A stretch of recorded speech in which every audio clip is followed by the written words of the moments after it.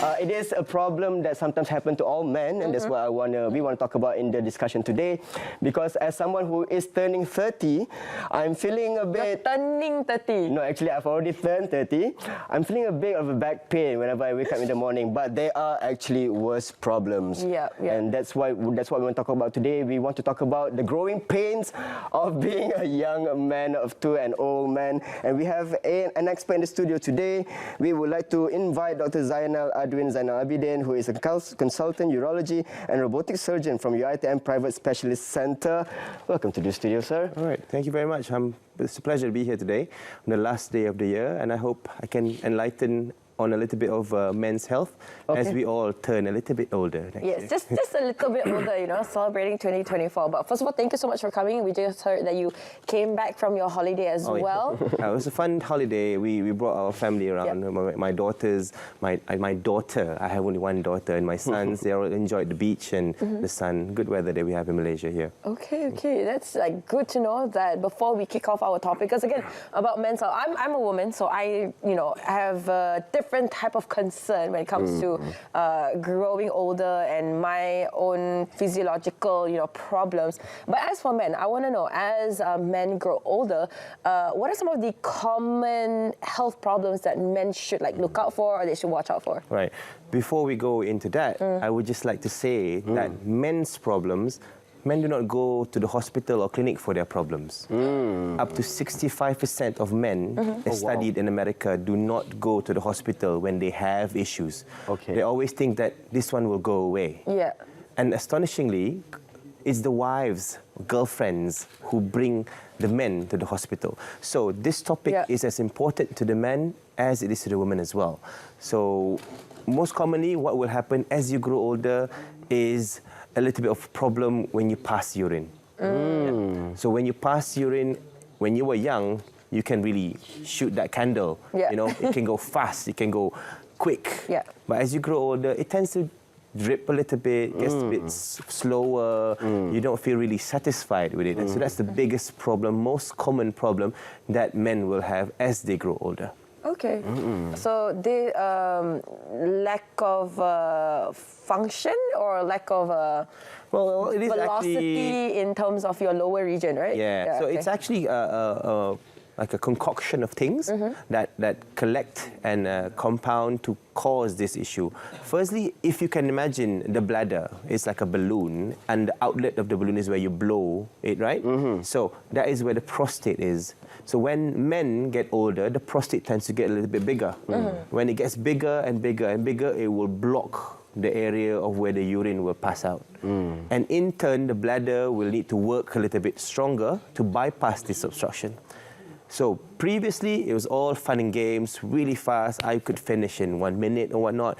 But then as you grow older, you get a little bit slower because the bladder is really working hard to push the urine out. Because you need the urine to be fully expelled to prevent a lot of complications. So when you get a bigger prostate, you get a weaker bladder as you get older. This is when all the problems will come in. Thank you. But can I just say, first of all, that problem about men not going to the clinic, it is a real problem. Because that reminds me of my dad so much.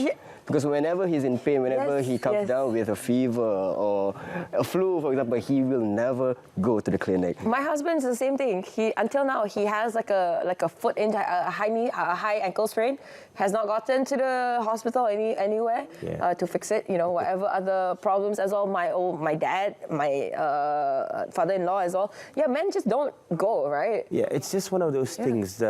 It's sort of like a perception that men are supposed to be invincible because we are known to be breadwinners, we lead the family and whatnot. So one off day to be sick is unacceptable. So that's why men have been programmed in that way that we can't be sick. And even if we are, we will not show it.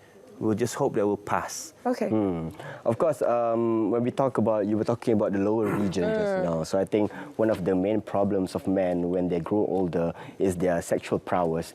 People would say that usually people who are between the age of 20 to 30, they are at the peak of their experience, but sometimes it's not the case, and sometimes young people do experience even erectile dysfunction. So I wonder if you can shed some light about that. Right. Like, what is it? What is ED, and how does it cause young men? Sure thing, no problem. As we progress, you will see that there are many, many more younger people who get erectile dysfunction.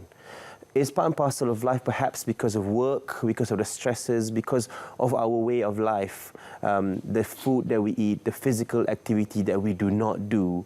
So all these things consolidate and can cause erectile dysfunction. So before we go into all the causes that can cause erectile dysfunction, we got to know what is erectile dysfunction first. It's popularly known as ED. ED is like a big taboo in my clinic. Nobody talks about it. When in the waiting room, they only whisper it to me, I have a problem down there. That's it.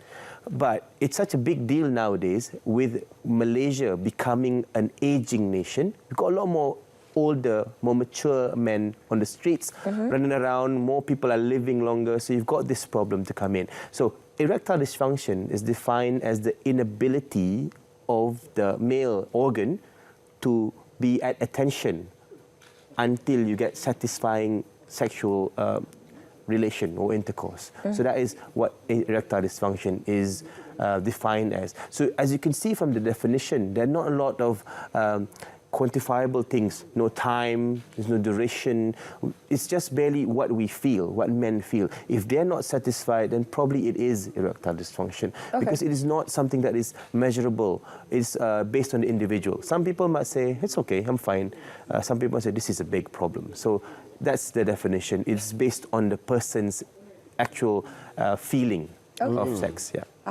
So it's not necessarily whether or not your, again, your tool, I would say, whether or not it can, go out faster or it fully excretes itself or, so it's just a feeling for men. I'm curious for ED, at what age or what's the age group of men that's impacted by ED? Well, usually you want to go, when you talk about how common it is more common in people who are 50 and above because when you're at 50, you've got all the lifestyle diseases, diabetes, high blood pressure, you've got a bit of cholesterol, high cholesterol. So all these things contribute to having erectile dysfunction. And as when you grow older as well, there is a condition called hypogonadism, of which where there is a reduction in the secretion of the male hormone testosterone. So when men do not have testosterone, this is what happens. They get low libido, they get poor erections, and at the end, they just can't function as a man.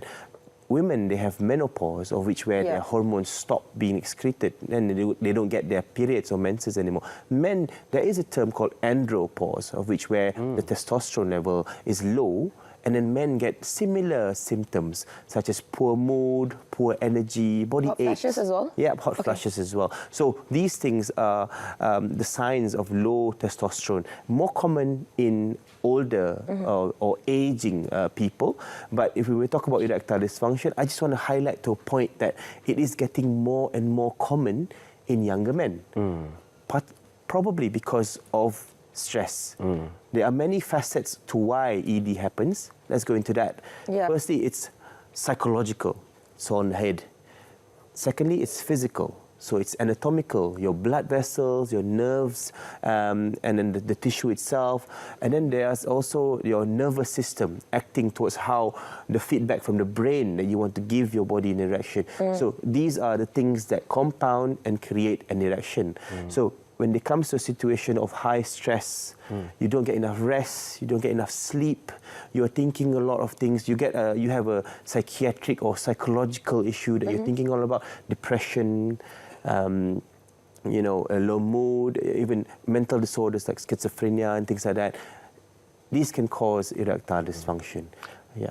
It's very interesting that you mentioned that it is a taboo thing we talked about. I know that a lot of men are embarrassed about this. They probably a lot of men joke about this as well, right? Yeah, and because usually we do not want people to know about this. It's understandable. Yeah. So for people who are watching, I wonder if they are experiencing this as a doctor, what would you recommend them to do? I mean, if they are not going to the doctor, if they are, whatever happens, by hook, by crook, they're still not going to the doctor, is there any way they can probably change their lifestyle to aid with this?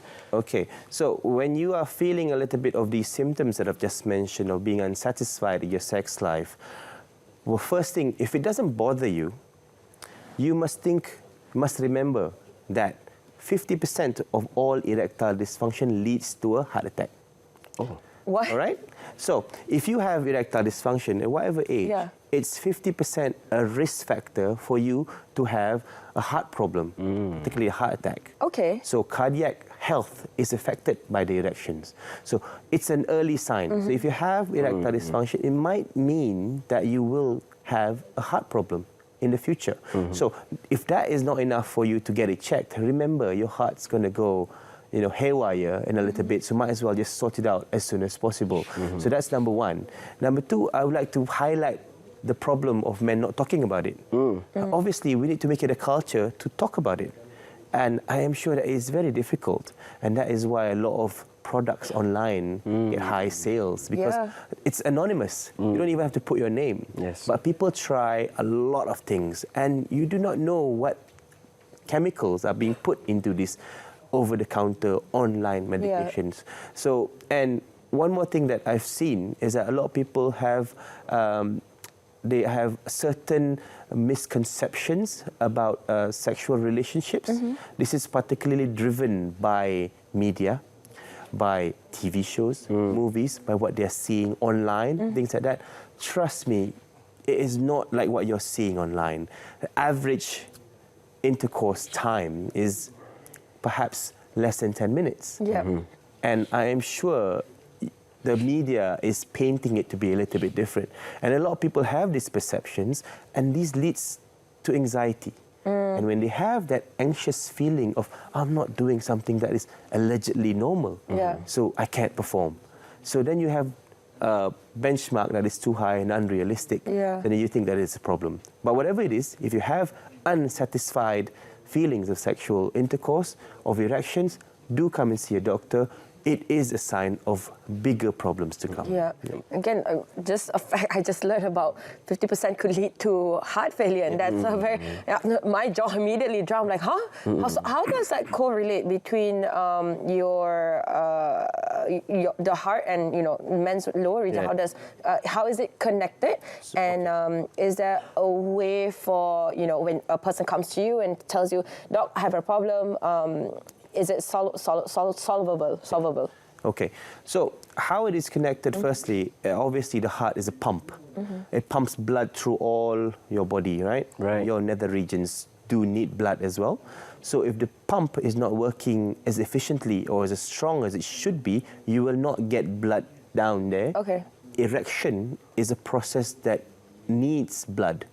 So if the blood is not being pumped down there, or the heart is not strong enough to pump enough blood down there, then you won't get an erection. So that is a sign that there's a problem with the heart. So that's how it's related. That is the blood vessel bit of it. In terms of other things, like diabetes, how it causes, because it causes a lot of small vessel blockages. And then in turn, the nerves that need these small blood vessels to get their nutrition and all that, the nerves die off, and they don't get erection because there's no more nervous system interplay down there. So erectile dysfunction doesn't only affect your sexual experience, but it affects your health as well. So men, please go check if you have it, because it could be dangerous for you. But we don't have much time left, but I wonder if you can touch a bit about the prostate when we're talking about men's health, because it is one of the most, the things that come up when I Google search men's problems when they're getting old. But first of all, one of the first questions that I saw is people asking, where is it exactly? I wonder if you can enlighten it to us. I know it's going to be difficult, doctor, but So just imagine your waist, right? That's where most things are. So that's where the dome of the bladder is, like I said, imagine it to be a balloon. So it goes up, fills up with urine, and goes down when it expels the urine. At the neck of that channel is where the prostate is in men. If you want to know that little area between the scrotum and your, I could say, anus, that space we call perineum, that is where the prostate is. So it is not a big organ. It's mostly, people usually describe it as a size of a walnut. But as you get older, it can be as big as a baseball ball or a golf ball, things like that. So you wanted to know more about prostate because because Malaysia becoming an aging nation, a lot of people will live longer, the prostates will get bigger, they will have that problem of passing urine. The problem mainly is we cannot differentiate between non-cancerous and cancerous problem of the prostate with symptoms alone. So that is why it's very important when you see or you feel something different about your urination, go see a doctor to get it checked. The only thing that we have to differentiate at the moment is a blood test called the prostate-specific antigen, the PSA. It is advised for you to get it if you are 45 and above, if you have relatives who've had prostate cancer. If you do not have, then 50 and above, get a PSA check once. If it's normal, the next one can be a few years along the line. If it's not normal, then it should prompt us to investigate you further. So that's the first thing, is if you go for a medical checkup, if you're at the right age, get a PSA checked. It's not expensive. You can ask your doctor for it, no problem. If it's high, it can mean a lot of things, but at least it prompts the doctor, the urologist, to investigate you further. And then once you are certain that it's non-cancerous, then we go along the lines of medical treatment or minimally invasive treatment. The technology for prostate enlargement to shrink it is so vast at the moment. There are many, many options that we have. We can have medication to shrink it. We can have similar, simple procedures to just open up the channel to make you pee a little bit more efficiently, more faster.